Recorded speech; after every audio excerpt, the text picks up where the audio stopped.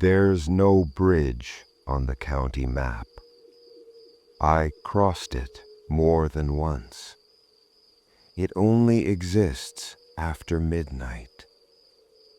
Everyone who uses it comes back quieter. The river beneath it never returns anything. I realized too late the bridge wasn't appearing. It was remembering. I am not telling this because I want you to be scared. I am telling it because this is the first time I've put it into words without trying to make it sound smaller. Some places don't need legends. They don't need warnings or signs nailed to trees. They just exist quietly, doing what they've always done, waiting for the right kind of attention. If you're listening to this late at night, don't rush it. Let the pauses sit. Let the silence do some of the work. And if these kinds of slow, grounded stories stay with you, you can subscribe. Not because this channel needs it, but because some stories don't like being told only once. This is what happened on a road outside a town called Marrow Creek, and why I stopped trusting places that feel too familiar after midnight. I had driven that road for years. Not every day, not even regularly, but enough that it had become part of my internal map. The kind of road you don't think about, the kind you take when you're tired, when your mind is already somewhere else, when you let your body handle the driving. It ran just outside Marrow Creek, following the river for a while before cutting into trees. During the day, it was unremarkable, a 2-lane stretch of cracked asphalt with faded lines and no shoulder. At night, it felt longer than it should have been, but I had always chalked that up to fatigue. Marrow Creek itself wasn't much of a town. One main street, a diner that closed by 9, a gas station that shut its lights off at night but left the pumps standing there, dark and unused, like they were waiting for someone who never showed up on time. People passed through Marrow Creek. They didn't stay. The road I'm talking about wasn't a highway. It wasn't even marked as a route worth taking unless you already knew it was there. Locals used it, delivery drivers used it, people who wanted to avoid the longer way around used it. It followed the river closely enough that you could sense the water even when you couldn't see it. A subtle drop in temperature, a damp smell that crept into the car when you cracked a window. In summer, the sound of insects thickened near that stretch. In winter, the cold felt sharper there. The road ended. Everyone knew that. It didn't loop back. It didn't connect to anything else. It dead-ended near an old access point where fishermen used to park before the area fell out of use. There had been a sign once, private property, no trespassing. It had been knocked over years ago, and no one bothered putting it back. That fallen sign was the marker, the end. I had turned around there dozens of times, which is why, on the night it didn't end, my first reaction wasn't fear. It was confusion. I remember the night clearly, because nothing about it felt unusual at first. I had taken a late job, one I probably shouldn't have accepted, the kind you take when you tell yourself you can push through one more night, that sleep can wait. The drive back was quiet, too quiet in hindsight. The radio was low, tuned to a station that faded in and out as the road dipped. The dashboard clock ticked toward midnight. The trees on either side blurred into a dark wall, broken only by my headlights. The river was somewhere to my left, unseen but present. I could feel it more than hear it, that steady underlying sense of movement that never quite reaches the surface. When the road straightened near the end, I expected to see the dirt turnaround. Instead, My headlights caught concrete. At first, my brain refused to accept it. It tried to make the image fit something familiar, a barrier, a wall, construction debris. I slowed down instinctively. The shape resolved into something unmistakable, a bridge. It wasn't dramatic. No arches, no steel beams, just a narrow concrete bridge stretching across the river, its surface pale under the headlights. Low side barriers ran along both edges, chipped and worn like they'd been there far longer than they should have been. There were no signs, no reflective markers, no warning lights, no indication it was meant to be there. I remember thinking, briefly, that the county must have rebuilt it quietly, that maybe I'd missed the work being done. That explanation lasted about 3 seconds, because as I rolled closer, something shifted. The air felt heavier, not colder, heavier, like the space around the car had thickened slightly, resisting movement. The sound of my engine dulled. It didn't stop, it just felt distant, like I was hearing it through water. I checked the dashboard clock without knowing why. 11:59 p.m. The bridge sat there, completely still. No water noise rose from below, no reflections danced along the concrete. The river beneath it was darker than the surrounding night, not black, but empty, like light simply didn't interact with it. I hesitated. That's important, too. I could have stopped. I could have turned around. But hesitation on a familiar road feels wrong in a way that's hard to explain. It feels like mistrusting your own body. A bridge. It wasn't dramatic. No arches, no steel beams. Just a narrow concrete bridge stretching across the river, its surface pale under the headlights. Low side barriers ran along both edges, chipped and worn like they'd been there far longer than they should have been. There were no signs, no reflective markers, no warning lights, no indication it was meant to be there.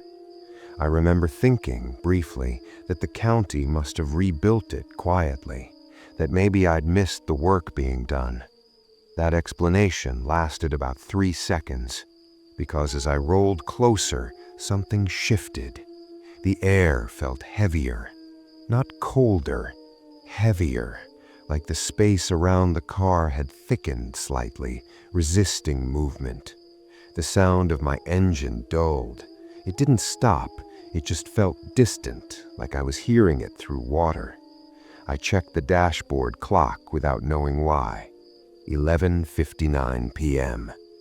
The bridge sat there, completely still. No water noise rose from below, no reflections danced along the concrete. The river beneath it was darker than the surrounding night, not black, but empty, like light simply didn't interact with it. I hesitated. That's important, too. I could have stopped. I could have turned around. But hesitation on a familiar road feels wrong in a way that's hard to explain. It feels like mistrusting your own body. So I crossed. The moment my tires touched the concrete, the world narrowed. That's the closest word I have for it. The trees on either side felt farther away. The sky felt lower. The sense of movement slowed, even though the speedometer didn't change. I kept my eyes forward. I don't know why I didn't look down. Something about the idea of looking into the river felt incorrect, like it would violate an unspoken rule. The crossing didn't feel long. It felt suspended. When my tires reached asphalt on the other side, the sound returned abruptly. The engine noise snapped back. The air felt thinner, easier to breathe. I exhaled without realizing I'd been holding my breath. I didn't stop. I didn't turn around. I drove until the trees closed in again and the road returned to the shape I recognized. When I got home, I stood in the kitchen for a long time with my keys in my hand, trying to remember details of the crossing. How long had been the bridge? How wide? How high above the river? The specifics wouldn't settle. That should have bothered me more than it did. At the time, I blamed exhaustion. I went to bed and slept heavily, without dreams. The next morning, I woke with the faint smell of damp stone clinging to my jacket. I went back the next morning, not because I wanted an adventure, not because I believed in anything supernatural. I went back for the same reason people reread a text message they can't quite understand. I needed to confirm that I hadn't imagined it. In daylight, the road looked almost harmless. The asphalt was still cracked, still uneven, but the sun softened everything. The trees didn't feel like walls anymore. They were just trees. The air was dry enough that I could smell dust and sap. A few birds moved through the branches, and their calls were ordinary in the way normal life insists on being ordinary. I drove slowly, watching for any sign that a bridge existed on that stretch of road. A construction marker, fresh gravel, tire tracks from equipment, anything. There was nothing. The river appeared in brief flashes through the trees, bright in the morning light. From a distance, it looked shallow and calm. There were places where the sun caught the surface and broke it into glittering shards.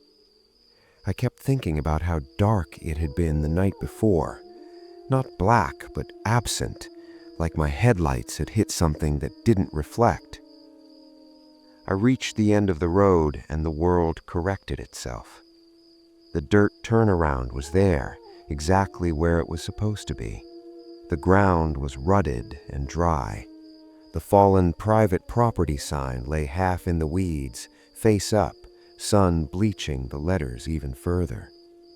There was no concrete, no railing, no pillar, no sign that anything had been built there, recently or decades ago. Just the riverbank, unbroken. I parked and got out. The air felt different outside the car. It was warmer, and there was a light breeze. I could hear insects. I could hear the river. I could hear the distant sound of a truck somewhere on a road that mattered more than this one. I walked to the edge of the bank. The river moved lazily, the kind of movement that looks slow until you toss a leaf into it and realize it will still carry it away. I scanned upstream and down, looking for anything that could have supported a bridge. No disturbed soil, no exposed rebar, no concrete footings, nothing. For a while, I told myself that was proof that I had been tired, proof that my brain had created a shape out of shadows, proof that for once the world was still predictable. Then I noticed the tracks. They were faint, almost nothing, the kind of marks you'd miss if you weren't already searching for reassurance. Tire tracks in the dirt near the turnaround, recent enough that they weren't fully softened by wind or foot traffic. I followed them with my eyes. They didn't loop around like my own would have. They ran straight toward the riverbank. And then they stopped. There was no slope leading down, no ramp, no path, just weeds and the drop to the water. The tracks ended as if the vehicle had gone forward anyway, into a place where it could not have gone. My stomach tightened. Not fear yet, not the kind of fear that makes you step back, the kind of discomfort that makes you question your own logic. I kept walking along the bank, trying to find an explanation. Maybe an ATV had been down there. Maybe someone had hauled something out. But the tracks were too wide for an ATV, too clean, too deliberate. A man stood farther down, near a clump of brush, holding a fishing rod. He was older, wearing a cap pulled low and a jacket that saw better years. He didn't look at me until I was close enough that it would have been rude not to. I hesitated before speaking because I already felt ridiculous. Still, I asked, "Was there ever a bridge here?" The man stared at me for a moment as if he was deciding whether I was serious. Then he glanced at the river, then back at me, his expression flat. "No," he said. Just that. No curiosity, no follow-up, no local pride in explaining the town's history. He said it the way you might say, "No, there isn't a second moon." I tried again, softer. "I thought I saw one last night." That did something. Not much, but his eyes narrowed slightly, like he'd heard a sound he didn't like. "Road ends," he said. "Always did." Then he turned his attention back to the water, like I wasn't there.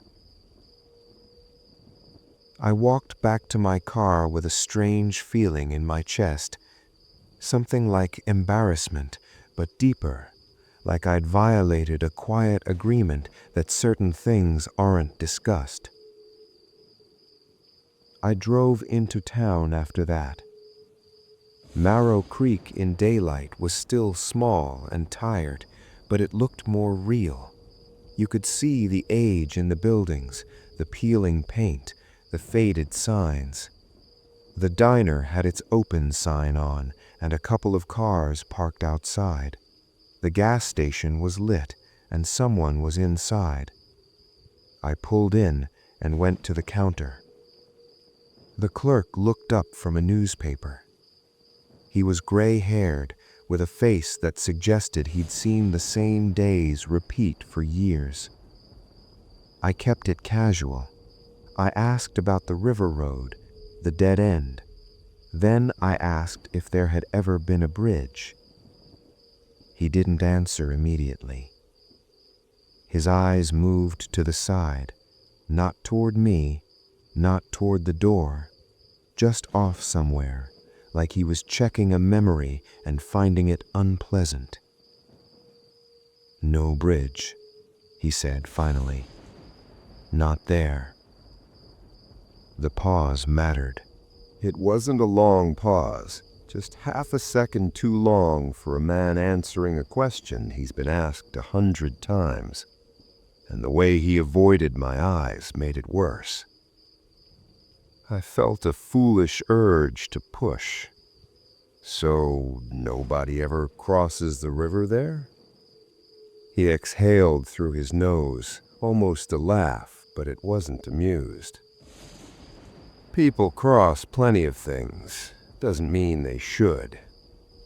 I stood there, waiting for him to elaborate. He didn't. I paid for a bottle of water I didn't need and walked out, feeling like I'd done something wrong without knowing what rule I'd broken. On the drive home, I kept glancing at the passenger seat where my phone lay. Still no service. The screen looked too clean, too disconnected from the place around me. By the time I reached my house, I was almost convinced the night before had been a mistake. Almost. That night, just after midnight, I found myself back on the road. And I can't tell you exactly when I decided to go there. I only know I became aware of the trees, the quiet, the shape of the darkness, and realized I was already committed. The dashboard clock read 12:07 a.m. I remember that clearly because I stared at it longer than I should have, as if time itself might change its mind if I watched it. The road felt different at night now. Not physically. The asphalt was the same, the turns were the same, but the atmosphere had shifted. It's hard to explain without making it sound dramatic, so I'll put it the simplest way I can. The road felt aware, like it recognized me. That thought made me grip the steering wheel harder, annoyed at myself for thinking it. I wasn't a person who romanticized darkness. I didn't want to be the kind of person who assigned intention to a stretch of pavement. But when the bridge came into view again, perfectly placed where daylight had proved it couldn't be, my annoyance drained away. It was there, unlit, unmarked, waiting. I slowed down to a crawl and stopped just before the concrete began. Headlights washed over the bridge's surface, making the pale gray look almost white. The cracks were more visible now, thin lines spidering through the concrete like old veins. The low barriers on either side were worn smooth at the top, as if countless hands had rested there over time. There were no reflectors, no sign that said bridge, no weight limit, no county emblem. Just concrete extending over a darkness that swallowed light. I sat there with the engine idling, listening. At first, there was nothing. Then I realized the problem wasn't the presence of sound. It was the absence of the wrong ones.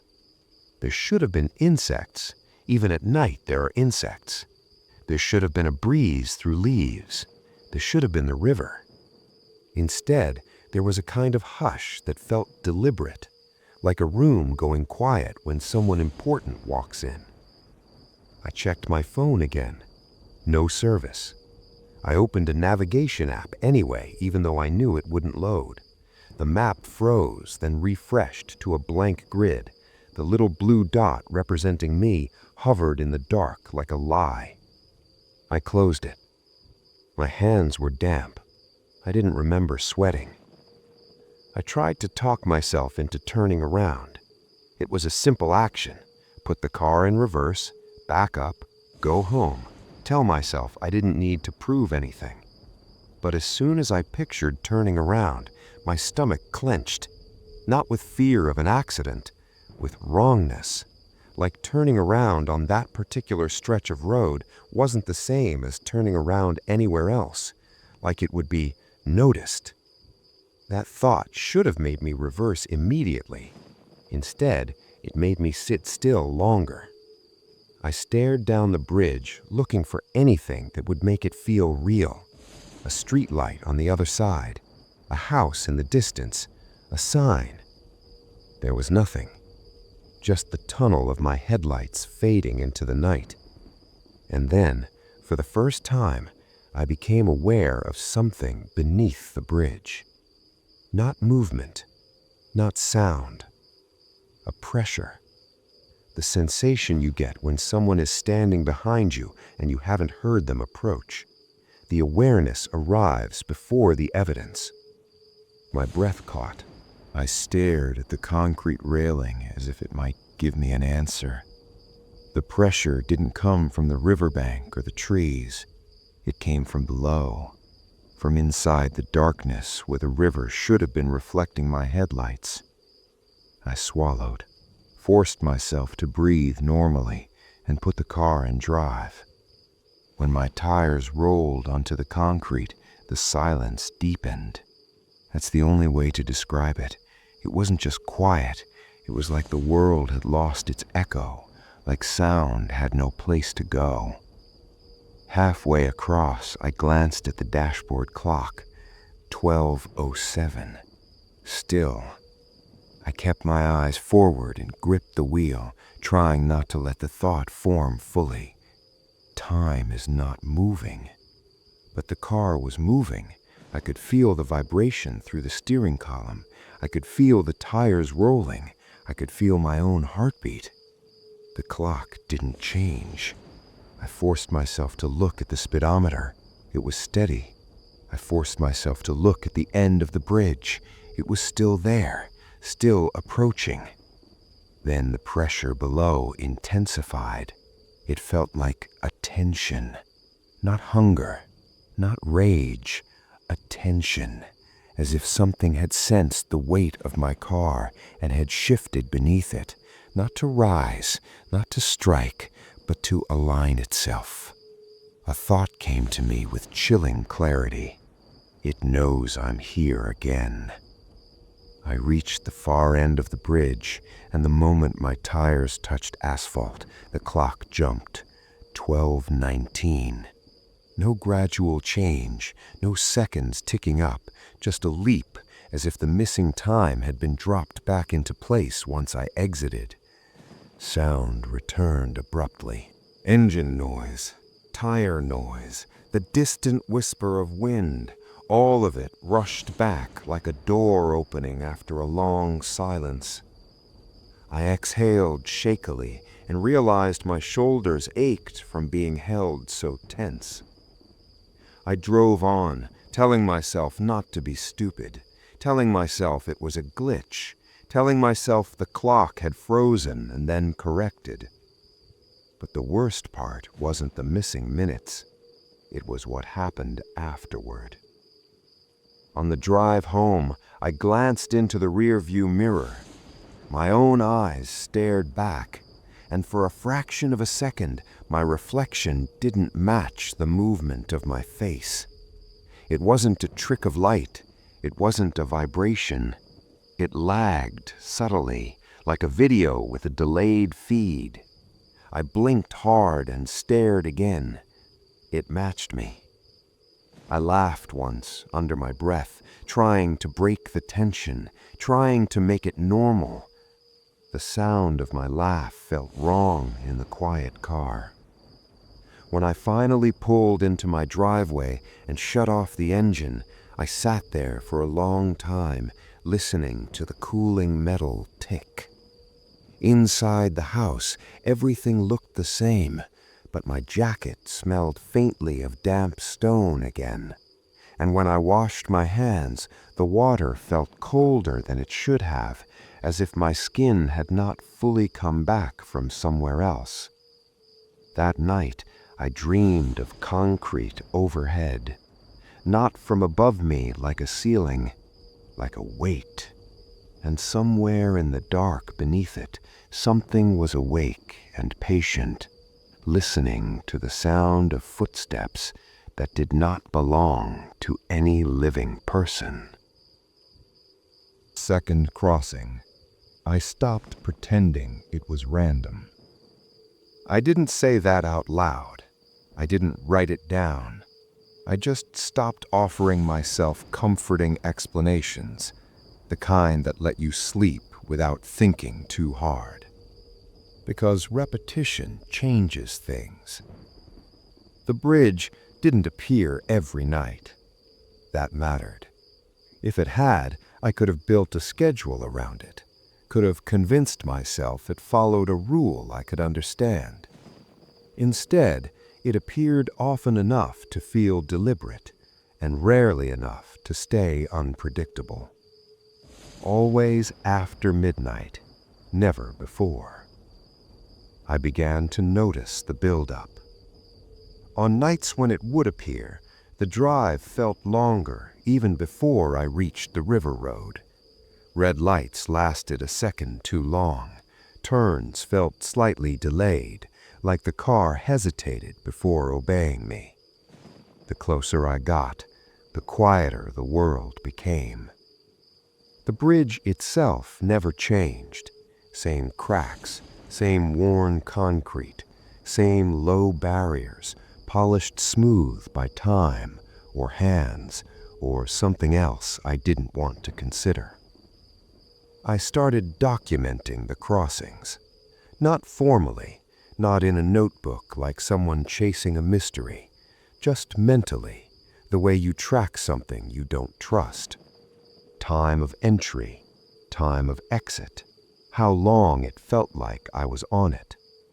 The numbers never lined up. One night, I entered the bridge at 12:16 and exited at 12:16. The clock didn't move at all. Another night, I entered at 12:22 and exited at 12:31.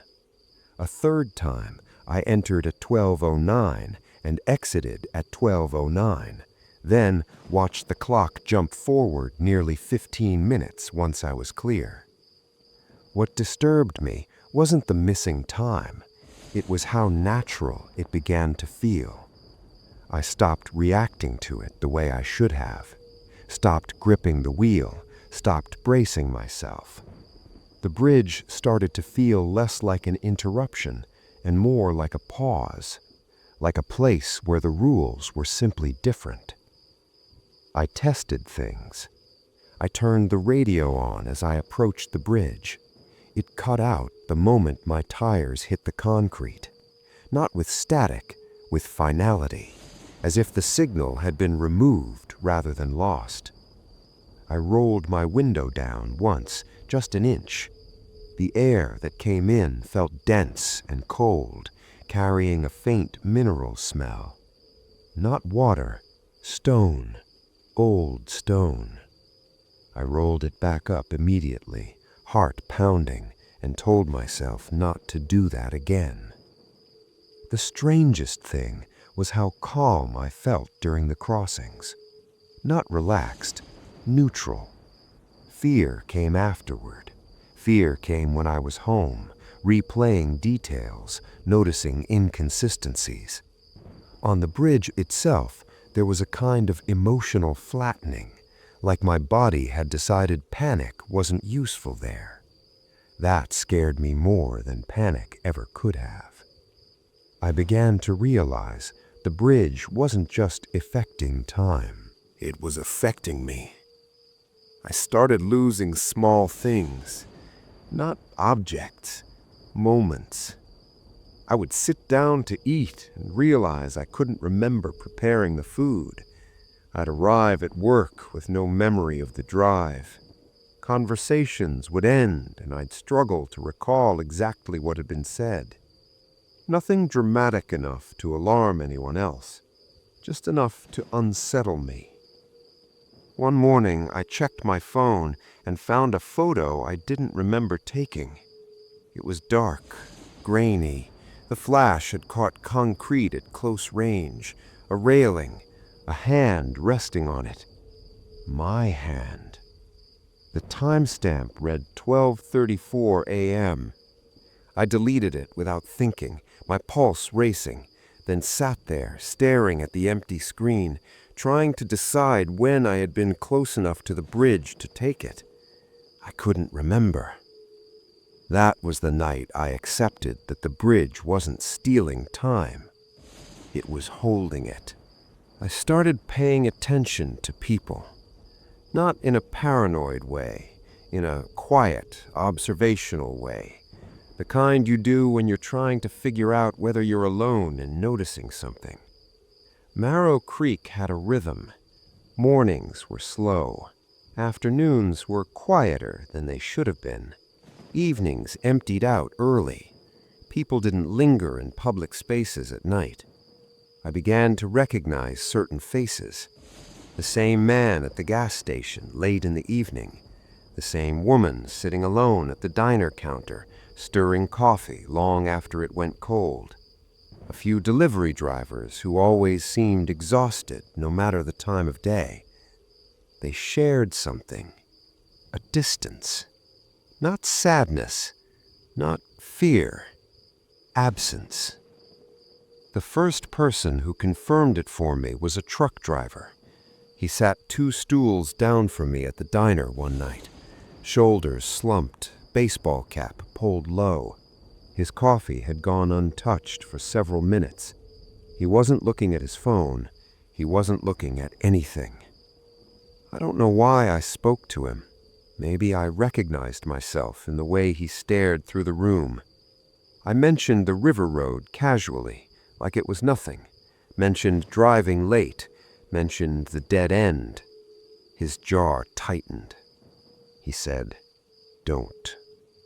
The word was quiet, but sharp enough to end the conversation if I had wanted it to. I didn't. I waited. After a long pause, he spoke again without looking at me. "Some roads don't want witnesses," he said. "They just want traffic." My chest tightened. I asked him if he'd ever seen the bridge. He nodded once, just once. I asked him how many times he'd crossed. That made him look at me. His eyes were tired in a way I hadn't seen before. Not sleepless, hollow. "Enough," he said. I asked him what happens when you cross. He thought about it longer than I expected. "Nothing," he said finally. "That's the problem." He told me he avoided the road now, took longer routes, burned more fuel, lost time he couldn't afford to lose. "But it still knows me," he added. I asked him what he meant. He stared into his coffee like it might answer for him. "Every time you cross," he said, "something stays behind." I asked what stayed. He shook his head slowly. "Depends on the person," he said. "Some people lose memories. Some lose sleep. Some lose the part of themselves that notices when something's wrong." I asked him why the town didn't talk about it. He gave a small, humorless smile. "Because if you talk about it," he said, "you start counting. And if you start counting, it starts counting you back." He paid for his coffee and left without saying goodbye. That night, I dreamed of the bridge again. But this time, I wasn't crossing it. I was standing beneath it. The concrete loomed overhead, close enough to touch. The river pressed around me, cold and unmoving. Above, I could hear footsteps, not rushing, not hesitant, measured. One, then another, counting. I woke up gasping, my heart pounding, the sound still echoing in my ears. When I checked the clock, it read 12:47 a.m. I had gone to bed at 11:30. I didn't remember falling asleep, and for the first time I felt the distinct, terrifying certainty that the bridge was no longer waiting for me to return. It was already accounting for me.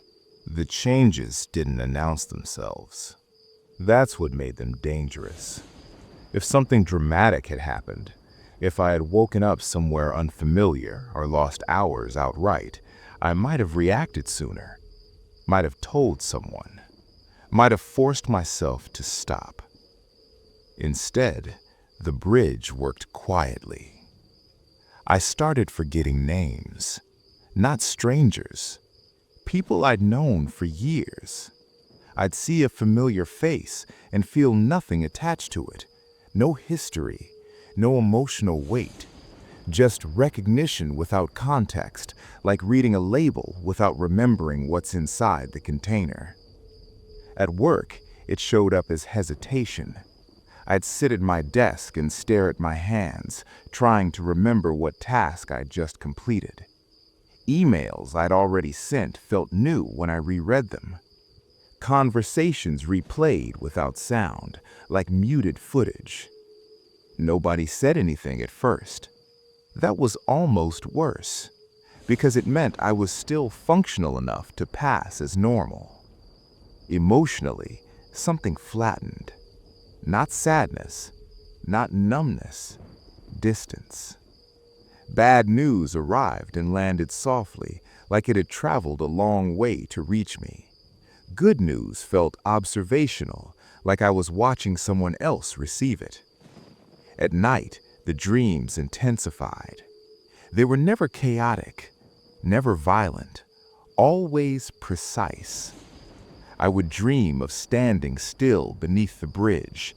The concrete above me stretched longer than it should have, extending beyond sight in both directions. The river around me was cold but unmoving, pressing gently against my legs. And above, I could hear people crossing. Not engines, footsteps. Slow, measured, evenly spaced. Each step felt deliberate. Each one counted. I woke up every time before seeing who was walking, always just after midnight. I tried sleeping with the lights on, with the radio playing quietly, with the TV running in another room. None of it helped. The dreams stopped caring whether I was asleep. During the day, I would catch the smell of damp concrete in places it didn't belong. An office hallway, my kitchen, the inside of my car. Once, while washing my hands, I looked up and saw the reflection lag again. Longer this time. Not enough to scream, enough to notice. I tested myself. I wrote notes, set reminders, took photos to prove where I'd been. The notes didn't help. Sometimes I found reminders for things I had no memory of planning.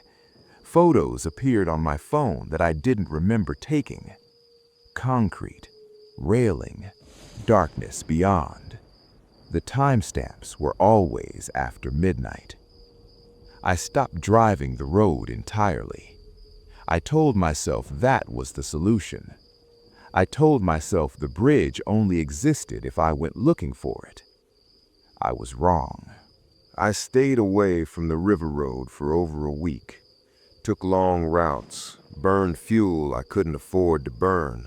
Told myself inconvenience was a small price to pay for peace of mind. For a while, it worked. The dreams softened, the smells faded, the reflection matched me again. Then one night I realized where I was too late. The trees were closer. The darkness felt heavier. The radio shut off mid-sentence, cutting to silence so cleanly it felt intentional. The dashboard clock read 12:11 a.m. My hands tightened on the wheel. I slowed down, heart pounding, already knowing what I'd see. The bridge was there, waiting. It looked the same at first glance, same concrete, same low barriers, but something was different. The space felt narrower, the air pressed in closer, like the night had leaned forward. I stopped the car at the edge of the bridge and shut off the engine. The silence settled immediately. Not absence, presence. I sat there longer than I should have, staring down the pale stretch of concrete, feeling a pressure build in my chest. The urge to turn around rose sharply, and with it came something worse. The sense that turning around would be noticed, that whatever existed there wasn't blocking my exit. It was watching to see what I chose. I opened the door and stepped out. The concrete was cold beneath my shoes, colder than the surrounding air. No wind moved, no insect sounded. The river made no noise. I walked onto the bridge slowly, every step deliberate, the sound of my footsteps swallowed almost immediately. Halfway across, I stopped. I didn't look down. I didn't need to. The awareness beneath me was undeniable now. Not curiosity, not hunger. Recognition. Like a hand placed gently against the underside of the bridge, feeling the vibration of my weight above it. I stood there, heart hammering, breath shallow, trying to understand what it wanted. And the thought came, uninvited and clear. It wants you to finish. I backed away slowly, never turning my back on the center of the bridge. Each step felt like resistance, like wading through water that didn't move. When my foot touched asphalt again, the pressure eased. I got back into the car, hands shaking, and drove away. I made it home, but when I looked in the mirror that night, it took a moment too long to recognize myself. And when I finally lay down, exhausted and afraid, the smell of damp stone lingered in the room, long after I turned off the light. After the night, I stopped halfway. I couldn't pretend anymore. Whatever was happening wasn't limited to me. The town knew it. Not consciously, maybe. Not in a way anyone would admit. But knowledge doesn't always live in words. Sometimes it settles into habits, into things people avoid without remembering why. Marrow Creek had a way of closing itself at night. Not officially. There were no curfews, no posted warnings, but after dark, the town withdrew. The diner closed early. The hardware store shut its lights off before sunset in winter. Even the gas station dimmed its interior lights after 10, leaving the pumps outside like abandoned markers. People went home, and they stayed there. I started asking questions carefully, not directly about the bridge. I'd learned that didn't work. Instead, I asked about the river, about floods, about accidents that happened years ago, long before I ever passed through. The answers came in fragments.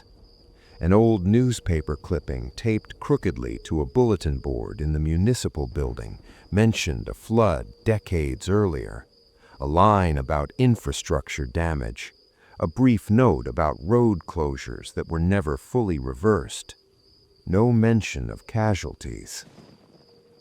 At the town records office, a single room with metal filing cabinets and a smell of dust and old paper, I asked for zoning maps, old ones, before reroutes, before updates. The volunteer on duty was an older man with a careful way of speaking, like he weighed each sentence before letting it go. When I asked about the road near the river, he didn't correct me. That was the first sign. There used to be plans, he said, flipping through a folder, for a bridge. Used to be. I asked what happened. He paused. Not long, just long enough. Construction started, he said, didn't finish. I asked why. He closed the folder. Flood, he said. Overnight, water rose faster than expected. I asked if anyone was on it when it happened. No, he said, quickly. Too quickly. I didn't push, I just waited. Eventually he spoke again, quieter this time. Officially, no one was there. That word again, officially. I asked what happened afterward. The road was closed, he said, on paper. Maps were updated, signs were put up. I thought of the fallen private property sign, bleached, forgotten. I asked about missing persons. He looked at me then, really looked at me. You shouldn't be down by the river at night, he said. I asked why. He exhaled slowly, like he was tired of having the same conversation with himself. Because some things don't end properly, they just stop halfway. When I stood to leave, he added something without looking up. If someone's reported near the river after midnight, we don't send patrols. I turned back. Why not? He met my eyes, and for the first time, I saw fear there. Not panic, not terror, resignation. Because whatever's there already knows they're there, and it doesn't like being interrupted. I stayed away from the road after that. Completely. No excuses, no late-night shortcuts, no rationalizations. I altered my routine, left work earlier, declined jobs that ran late, planned my days around being home before midnight. For a while, it felt like it was working. The dreams became less frequent, the smell faded, the reflection stopped lagging. Time behaved. That should have been a relief. Instead, it felt like a delay, because something else started happening. I began waking up just after midnight every night, not startled, not afraid, just awake. The clock would read different times, 12:02, 12:09, 12:17, never the same minute twice. I would lie there, staring at the ceiling, feeling an odd pressure in my chest. Not anxiety, anticipation, as if something was checking whether I was available. During the day, time slipped in new ways. I would sit at my desk and blink, and an hour would be gone. Coworkers mentioned conversations I didn't remember having. Tasks were completed without memory of doing them. Once, I found myself standing in the parking lot at work, keys in my hand, engine of my car still warm. I had no memory of driving there. I stopped trusting clocks. Then came the night I decided to drive again, not toward the river, not toward Marrow Creek, just to move. The dashboard clock read 12:03 a.m. The streets were empty, houses dark. The town felt hollow, like a stage after the audience has left. I drove slowly, turning at random, avoiding anything that felt familiar. Then my headlights caught concrete. I braked hard. The car stopped. I wasn't on a street anymore. I was on the bridge, not approaching it, on it. The concrete stretched ahead and behind me, identical in both directions. The low barriers closed in slightly, making the space feel narrower than a road had any right to be. The silence was absolute, and this time there was no sense of invitation, no waiting. The feeling was different. This time, the bridge felt certain, like I had already agreed to be there. I sat in the car, heart pounding, staring at the darkness where the river should have been. And I understood something then, with a clarity that made my stomach drop. Avoiding the bridge hadn't saved me. It had only delayed the moment it decided I was done resisting. And the last crossing. That's important to me. I need that to be clear. There was no moment where I decided this was necessary. No sense of courage, no resignation. I didn't wake up thinking tonight was the night it would end. I was already driving. The road felt correct in a way that frightened me. Every turn arrived when it should have. Every intersection matched the memory in my body, not the one in my head. The dashboard clock read 12:09 a.m. I didn't slow down this time. The bridge was there. Of course it was. But something about it felt settled. Not older, not larger, just settled, like it had finished waiting. The concrete looked darker, damp in places where there was no water. The low barriers felt closer together, as if the space had narrowed by inches that mattered more than feet. As my tires rolled onto it, the silence returned instantly. No engine noise, no vibration, no wind. The world didn't disappear, it withdrew. Halfway across, the headlights dimmed without flickering. The river beneath was no longer dark, it was absent, like the space it occupied had been removed entirely. I realized then that the bridge wasn't appearing for people who hadn't crossed it before. It was keeping track of returns. I felt something beneath me shift, not rising, not reaching, aligning, like a mechanism settling into place. I slowed near the center, hands steady on the wheel, breathing calm and even. The lack of fear disturbed me more than terror ever could have. A thought came to me, clear and uninvited. If you stop, you won't leave. Not because something will stop you, because you won't remember why you should. So I didn't stop. I crossed. When my tires touched asphalt again, sound returned too quickly. The engine snapped back into my ears. The air felt suddenly thin and sharp, like stepping out of deep water. I kept driving. I didn't look back.